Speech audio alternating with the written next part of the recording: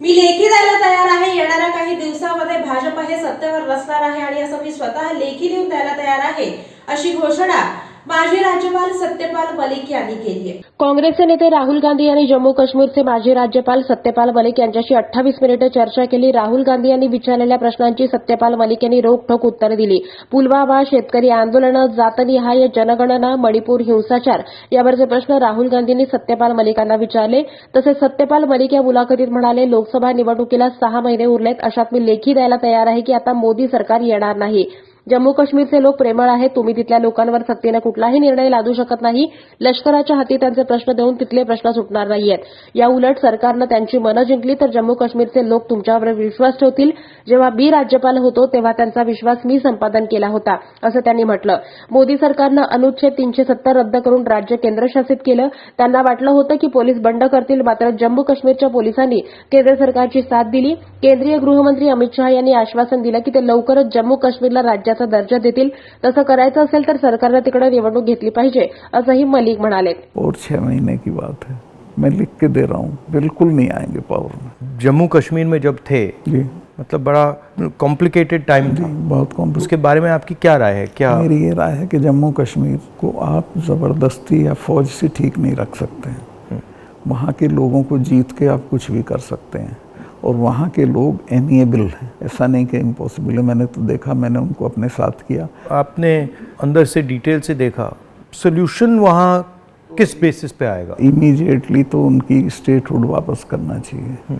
उनको इतना 370 नहीं चुभा जितनी स्टेटहुड लेकर यूनियन टेरिटरी बनाना चुभा। और यूनियन टेरिटरी इन्होंने किस लिए बनाया, जो मुझे लगता है, मुझे नहीं बताई वो बात, इनको ये अंदाज़ा था कि पुलिस रिवोल्ट कर जाएगी, जबकि ऐसा नहीं था। पुलिस इतनी फेथफुली रही भारत सरकार के साथ कि ईद का महीना था, एक एक सिपाही ने छुट्टी भी नहीं मांगी, वहीं लाइन में रहे। तो एक तो स्टेटहुड और उनका प्रॉमिस भी है अमित शाह का हाउस में, उसको इमीडिएटली वापस करना चाहिए और फिर इलेक्शन करा देने चाहिए। बट जब मैं जम्मू गया, ये जम्मू के लोगों को भी ये लगता है कि हमारा मतलब स्टेटहुड ले लिया, हाँ, उससे तो वो भी खुश नहीं है। सबसे ज़्यादा वही चीज़ चुभी है। तो ये मतलब कर क्यों नहीं रहे इसको? पता नहीं, मेरी बात हुई, मैंने कहा वापस कराइए, तो बोला कह दिया होगा, क्या जरूरी है वापस कराना, चल तो रहा है सब ठीक। कहाँ ठीक चला, सारी इंसर्जेंसी वापस आ गई है, टेररिस्ट एक्टिव हो गए। अब तो काफ़ी घटनाएं हो अब रही तो हैं। जगह जगह हो रही हैं। राजौरी में रोज़ होता है, ऊपर कश्मीर वैली में रोज़ कुछ ना कुछ होता है। आपकी क्या राय है उसके बारे में, पुलवामा के बारे में? पुलवामा के बारे में मैं ये तो नहीं कहता इन्होंने कराया, बट पुलवामा में इन्होंने उसको इग्नोर किया और पॉलिटिकल इस्तेमाल किया अपने लिए, क्योंकि उसमें इनकी स्पीचेस हैं जिसमें ये कहता है कि जब वोट देने जाओ तो पुलवामा की शहादत को याद रखना। जिस दिन ये हुआ तो ये नेशनल कॉर्बेट पार्क में शूटिंग करा रहा था अपनी, तो ये अवेलेबल, मैंने 3-4 बार कोशिश की, मिला ही नहीं मुझको।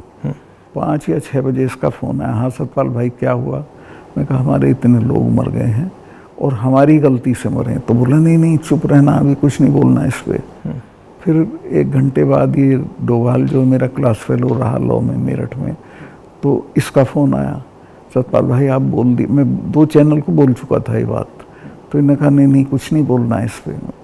मैं कहा ठीक है, मैं समझा कुछ जांच वाँच कराएंगे, उस पर असर पड़ेगा, कुछ भी नहीं। तीसरे दिन इनका आ गया कि ये पुलवामा की शहादत को याद रखो और अब हम बालाकोट करेंगे, ये करेंगे, वो करेंगे। पहले मैंने पार्लियामेंट में स्पीच दी कास्ट सेंसस के बारे में।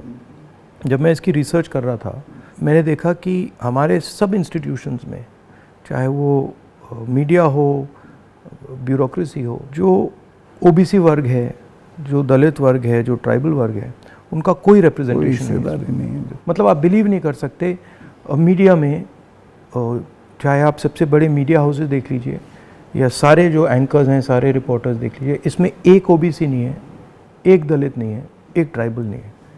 इसके बारे में आपकी क्या राय है? नहीं, मैं तो चूँकि लोहियाइट रहा हूँ, तो लोहिया ने एक बार कहा था कि मुझे कमेटी बनानी थी गोवा की आज़ादी की, तो मैं जब भी कमेटी बनाऊँ उसमें 48% अपर कास्ट आ जाते थे, नाम मांगूँ तो भी वही आते थे।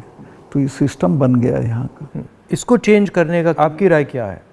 एक तो इसको कंपलसरी करना पड़ेगा, भाई इतने % हो, जैसे नौकरियों में हो गया उस तरह से। और दूसरे उन वर्गों में थोड़ा चेतना बढ़ानी पड़ेगी, भाई तुम इन पेशों में आओ।